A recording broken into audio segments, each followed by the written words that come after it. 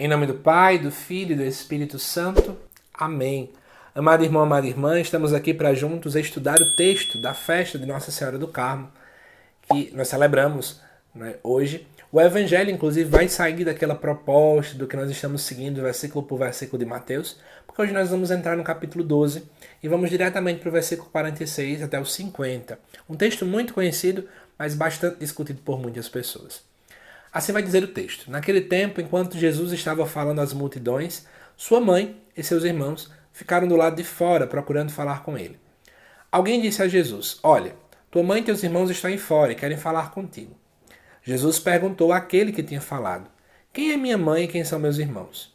E, estendendo a mão para os discípulos, Jesus diz: Eis minha mãe e meus irmãos, pois todo aquele que faz a vontade do meu Pai que está nos céus, esse é meu irmão, minha irmã e minha mãe. Então, precisamos entender várias coisas nesse texto, por isso vem comigo, tá bom? Primeira coisa importante, amado irmão, amada irmã, é entender que na época que os judeus vivenciavam, né, naquela dinâmica de tempo, os laços familiares sanguíneos eram extremamente importantes. Não é à toa que para eles a salvação vinha pelo sangue, literalmente, né? Eu teria que ser da linhagem de Abraão, eu precisaria ser dessa linhagem específica, e isso implicaria muitas coisas na minha vida, e ponto final. Então, partindo-se desse pressuposto, nós vemos aqui Jesus quebrando a realidade daquele tempo, porque ele acaba dizendo que mais do que os laços consanguíneos, Jesus analisa uma outra ligação, que é um laço de fé.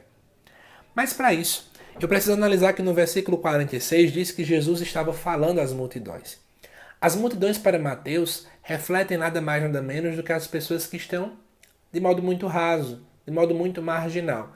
Eles ainda não entraram numa profunda comunhão com a pessoa de Jesus. Eles estão na superfície ainda. E aí Jesus, falando com aqueles que ainda estão na superfície, eis que diz que chegam familiares de Jesus. E aí começa a primeira discussão. Aqui fala que chegou sua mãe e seus irmãos. Gente, a palavra em grego usada para irmão, ela na verdade é uma palavra que é utilizada para outras relações parentais, até porque naquele tempo nós vivenciávamos famílias clânicas. Então eu considerava o meu primo também com a mesma expressão de irmão. É isso que estava acontecendo aqui. E aí eles estavam do lado de fora procurando falar com Jesus. Chegam e dizem que eles estão lá fora querendo falar com ele. Jesus aproveita o discurso para questionar quem é que é irmão, mãe dele, etc. Ou seja, quem são aqueles que de fato estão comigo para tudo?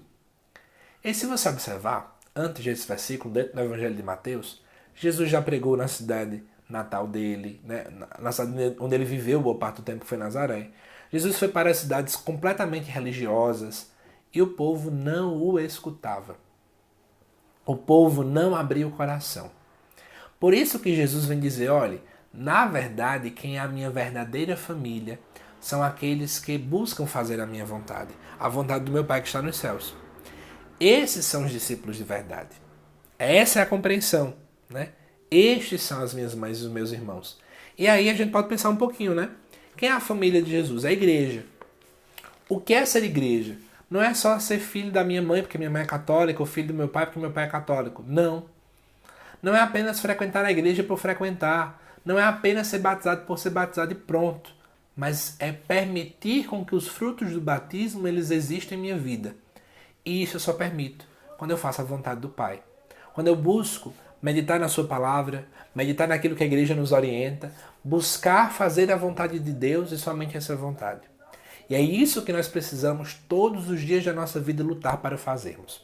E aí, você tem lutado para fazer isso? Se queremos ser autênticos discípulos de Jesus, precisamos pôr isso em prática. Mas hoje é uma festa mariana, eu preciso chamar a atenção para isso, né? Antes que a gente ache que aqui Jesus coloca Maria à margem, ele não faz isso. Porque na verdade Maria, segundo o evangelista Lucas, é aquela que buscou fazer a vontade de Deus. Ela deu um sim convicto. Por isso que Maria é o modelo de mais perfeita discípula de Jesus. Porque ela disse um sim, mesmo sem entender muita coisa. Mas ela disse um sim porque ela entendia que o propósito e o desejo da vida dela era fazer a vontade de Deus. Que Maria nos ensine a sairmos da multidão para entrarmos no discipulado, porque somente assim seremos mães, primos, irmãos, parentes, de fato, de Jesus. Saiamos apenas dessa ligação familiar e entremos nessa família ligada por laços de fé. Que Deus te abençoe e até o nosso próximo vídeo.